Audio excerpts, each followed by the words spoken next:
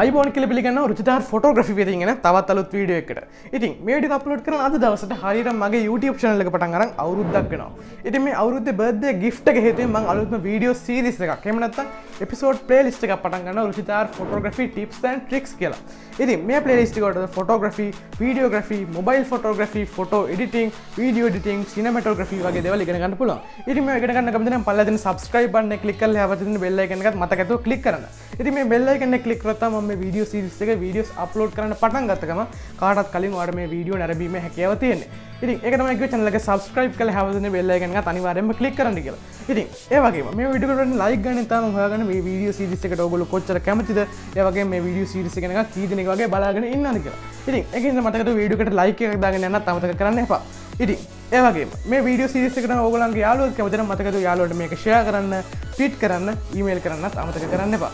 එහෙනම් අපේ first video එකත් එක්ක ඉක්මනටම හම්බුමු. මේ වීඩියෝ එක බලලා ඔයාලට බොහොම ස්තුතියි.